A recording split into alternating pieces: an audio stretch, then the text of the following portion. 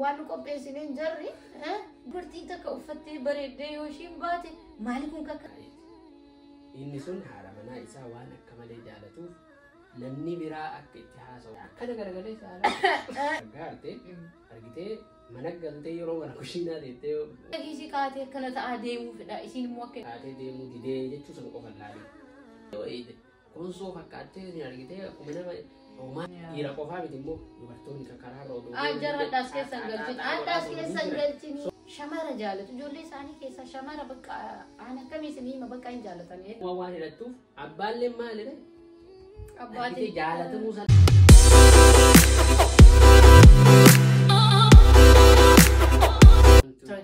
Assalamu alaikum wa rahmatullahi wa barakatuh. Akkam nagaa jirtanii daawwattoonni keenya fayyaa jirtanii bakkuma jirtanii nageenya rabbii rahman isaa isinirratti haa jiraatu.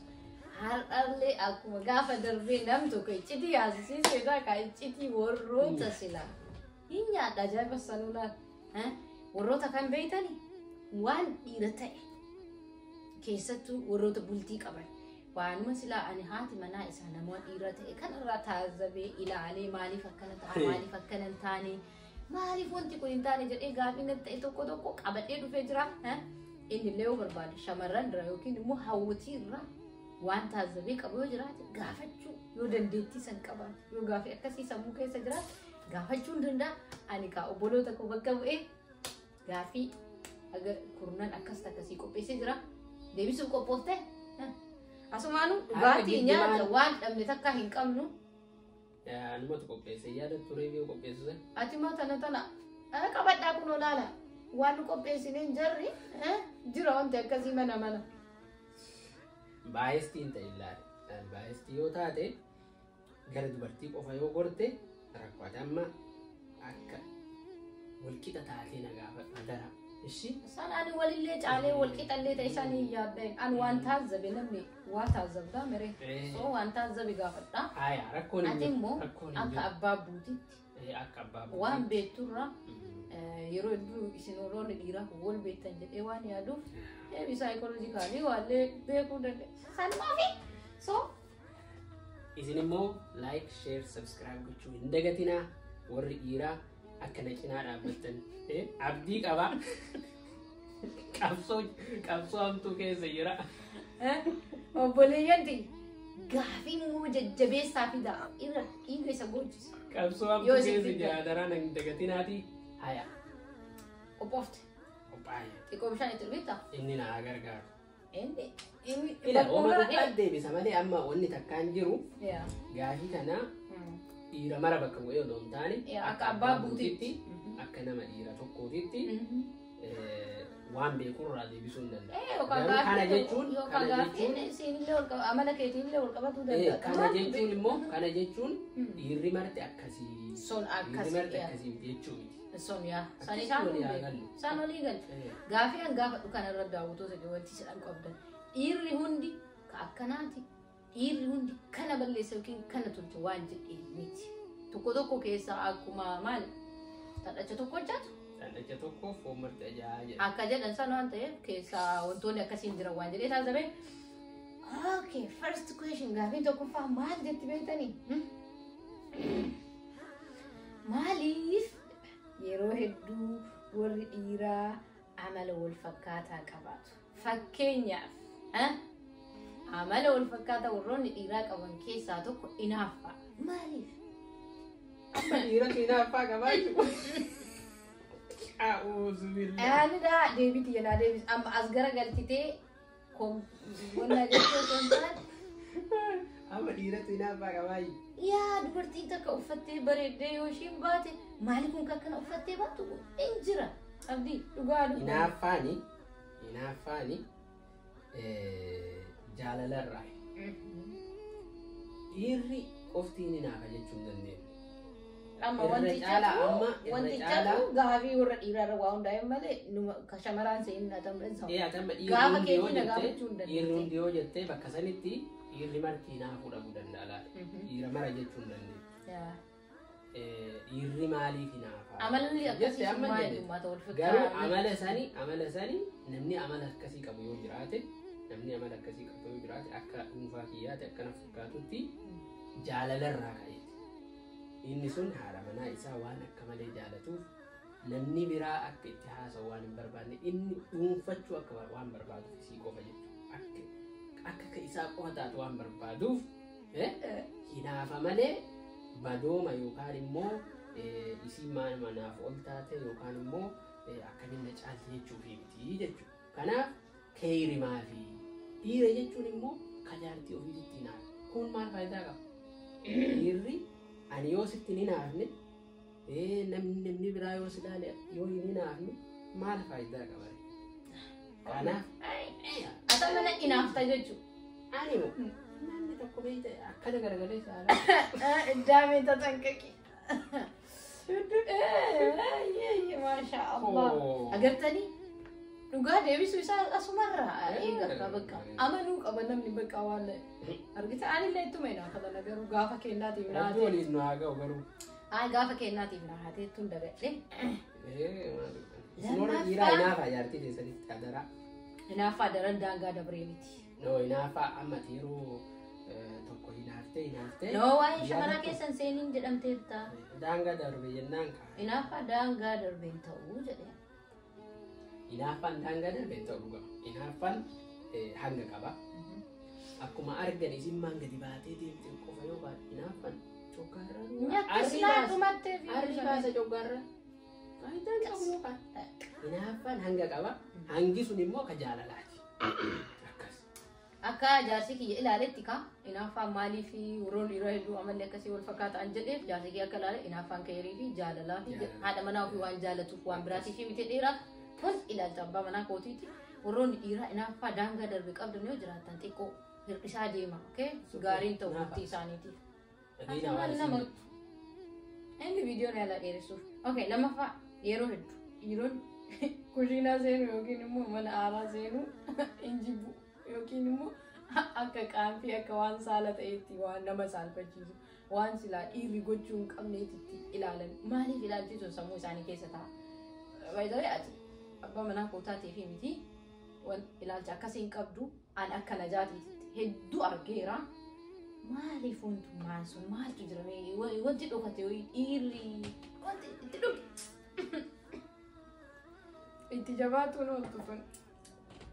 Dhiirri namni beektaa amma akkaataa itti guddate jira. Sosaayitii keessatti guddate, naannoo itti guddate, haala maatiin sun itti guddise waan akkasiitu jira.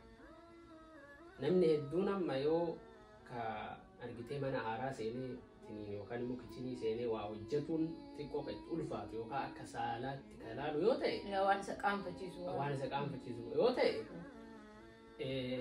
badoomaaf osoo hin taane haaluma namni sun itti guddate. Fakkeenyaaf namni keenya amma aadaa naannoo sanii jechuudha. Aadaa akkamii qaba duraanirraa jechuudha. Amma jijjiirameera. Durirraa maaltu jira? Dhiira taatee kushiinaa keessa maal goota yaada jedhutu jira beektaa? Ammoo suni akkana fakkaatutti wallaalarraa kaka'e. Dhiira taateef kushiinaa seentee haadha manaa seentee yoo gargaarte argitee mana galtee yeroo gara kushiinaa seentee waa dalagu osoo hin taane yeroo isiin rakkatte keessattuu fakkeenyaaf dubartiin ta'utu jira, dhukkubutu jira, gurgurdeemutu jira. Yeroo akkasii seentee yoo ka gargaartu ta'e argitee wanti sirraa hir'atu hin jiru sii dabalama malee wanti sirraa hir'atu hin jiru. Warroonni akkasii ilaalan sun tokkoffaa yookiin wallaalallee ta'uu danda'a. Yookiin immoo aadaa naannoo sanii aadaa keessa dhufan itti guddatan ta'uu danda'a. Yookiin immoo akkaataa guddisa isaanii maatii isaanii ta'uu danda'a jechuudha. Fakkeenyaaf nama maatiin ani keessatti guddate maatii boona hin qabne yoo haati manaa isaanii rakkatte osseenanii nama gargaaruu danda'anii achirraa baradhe laali. Kanaaf uumaa wanti haadha xiyyallee osseenu kun akka barbaade danfisaa fi waan barbaade godha. Garuu immoo kabajni narraan bu'u. Kabajni waan narraan bu'uuneef maalirree akkaan itti jabaadhu na godhaa jechuudha. Kanaaf akkaataa itti guddisa nama saniiti akkaataa itti duraanirraa waa itti himame.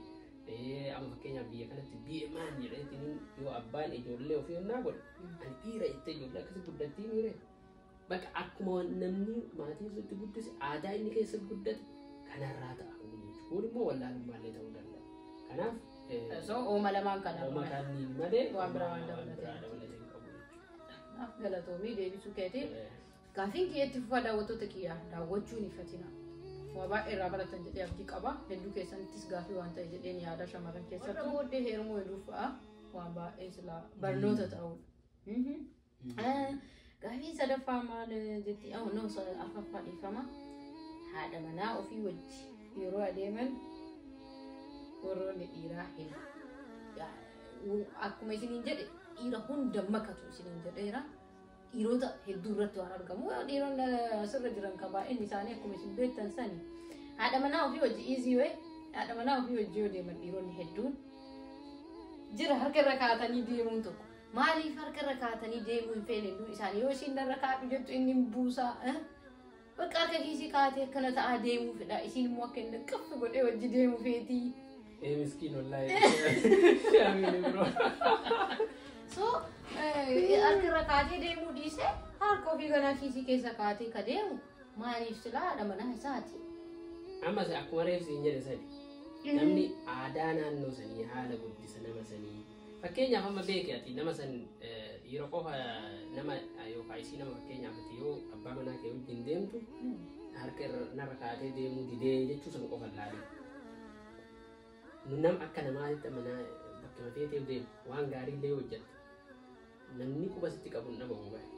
Osoo amma namni suni haadha manaa isaa harka irra kaatee osoo deemu ta'e kama badhee wayiitti ila kana gowwaa achi ilaali ila kana gurriyyee achi ilaali ila kana maaliif kuni tokko wallaalummaa irraa akkuma reef jedhe lammata aadaa naannoo sanii yookaan immoo aadaa soosaayitii haala naannoo sanii irraa ka'a.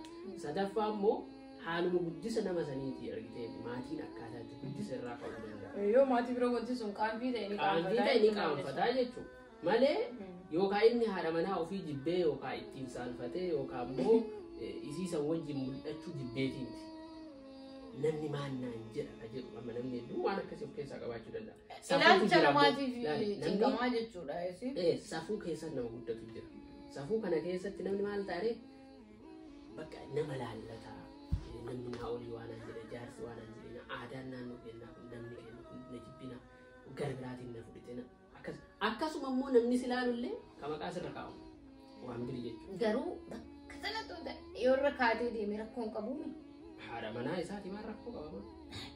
Ati garuu irra kaadhu kan amma booda viidiyoo kana kalaalte abbaa warraa taatee haadha manaa kan qabdu yoo jiraatu yookiin immoo kan ganaa fuudhu yoo jiraatu jaartii jalaala kaffa godhee harka irra kaadhu hojjete.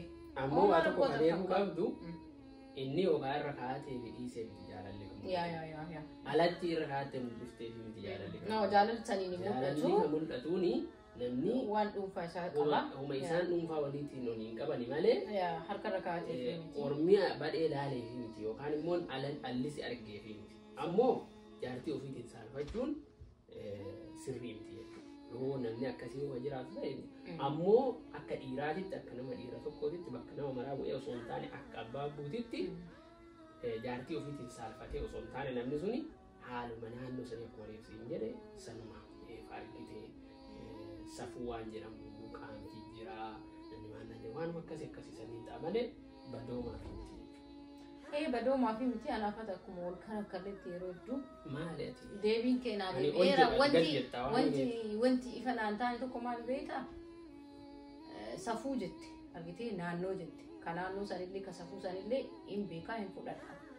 Garuu immoo an fakkeenyaaf silaa keessa uggalchuun feene bakka kana ima keessa uggalcha akka ifa ta'uuf. Anaafati daandii irra odoo deemnu ati yoo harka normaalii harka akkan mana irra kaattee yoo deemte wanti kun safuu waan tuqeen qaba. Akka aadaa inni safuu tuqeetiin miti safuu yoo siin jedhu ati yoo guddattu aadaa wayii keessa guddattaa miti. Fakkeenyaaf Arsii keessatti guddadhu, Shawaa keessatti guddadhu, Wallagga keessatti guddadhu. Godinoota naannoo argitee gola Oromiyaa kana keessatti hunduu wannaa ofii haala guddina mataa haala jireenya isaaniitti jira miti. So ati amma fakkeenyaaf naannoo ani keessatti guddadhetti dhiirri tokko haadha manaa isaa badhetti harka irra kaatee yoo deeme yookiin maqaa itti baasuu danda'a. Akkasuma naannoo biraallee wanti akkasii jiraatu. Naannoo biraa immoo wanti akkasii jiraatu dhabuu danda'a. Siigala malee argitee safuu yoo siin jedhu bari haadha yoo argitee baalagee badhe dubartiin argite wajjin akkasitti deemte malee ka argite badooma qabu safuu qabu malee safuu yoo siin jedhu akkaataa namni sun safu jedhamee itti guddate santu ta'a malee waan biraati. Naa galee jira amma ifa naa ta'e wanti ana gaafii taate sanii galatoomii fudhee Liqimsi. simmurmu ani bar liqimsi jettee Itti dhugee akkasi. Maa rakkatti anumatu dhuga. Gaafii na obaasaatiin. gaafii shanaffaa irratti maal jedha? Dhiironni haa jedhu akka akkuma itti faradetti dhiirota dhabata dureen dhiironni Isin warri dhiiraa share like subscribe gochuun dagatina. hiriira bahaa fi si hamilee Deeggarsaa bani maal rakkoon jirama. akkana isaan bakka buutee dubbatte waa'ee duukaa bargootee biyyoota iccitii meeqa isinii Dhiira bakka bu'een dubbadhan. Akka kiyya abbaa buu taatee eeguu dubbattu ati nama dhiiraa waan taateef so ufillee taatee yoo dubbatte mormii dhiiftee na gaafatta wanan gaafatta. ati akkasuma akka bargoo dhiifanii mas gaafadha yeroo alaa galan maaliif maatii ofii dhiisanii yookiin ilmaan ofii taphachiisuu dhiisanii bilbila hedduu beessu maaliif? Ofiisaa galii biizines dalagii galii bakka feete galii geema taphataa oolii galii kanallee sii ijoollee dhiistee kanallee ati amma akka dhiira hunda waan akkasii godhutti yaadda. jedhee bara jalqaba hin irraa sii fidaa boyka sii fidaa.